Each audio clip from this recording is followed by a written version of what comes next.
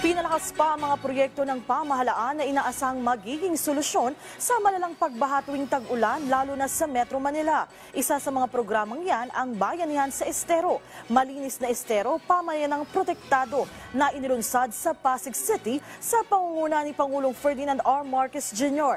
Yan ang sentro ng balita ni Harvey Valbuena. Barado ng water hyacinths ang Bully Creek sa barangay Pinagbuhatan sa Pasig City. Kaya naman hindi makadaloy ng maayos ang tubig. Ang problemang ito na makikita rin sa iba pang waterway sa Metro Manila ang itinuturong nagpalala ng mga pagbaha sa magkakasunod na bagyo at habagat. Kaya naman, mismong si Pangulong Ferdinand R. Marcos Jr. ang nanguna sa paglulunsad ng Bayanihan sa Estero Program.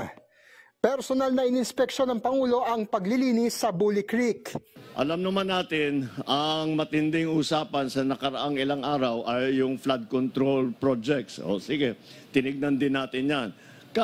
Ngunit kahit maganda na, lahat ng flood control project natin, kapag ganito pa rin ang ating estero, wala rin, mababaha pa rin tayo dahil walang madaanan yung tubig. Ang Bayanihan sa Estero Program ay magkakaroon ng multi-sectoral approach kung saan sa pangunguna ng Metropolitan Manila Development Authority ay makakatuwang sa paglilinis ng mga daluyan ng tubig ang barangay officials at volunteers, Estero Rangers mula sa Department of Environment and Natural Resources, pribadong sektor at mga benepisyaryo ng tulong panghanap buhay sa ating disadvantaged or displaced workers o TUPAD.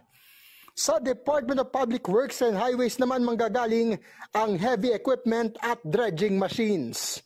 Metro Manila po kasi wala nang masyadong spaces na papuntahan ng ulan eh.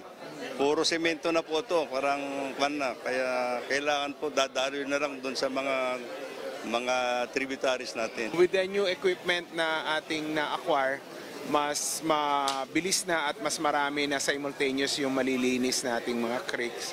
Ganito rin ang gagawin sa iba pang estero at kanal, pero magiging priority ang tinukoy na 23 estero. Pero hindi lamang sa paglilinis natatapos ang programa dahil ang makokolektang water hyacinths ay ginagawa ring mga kapaki-pakinabang na produkto.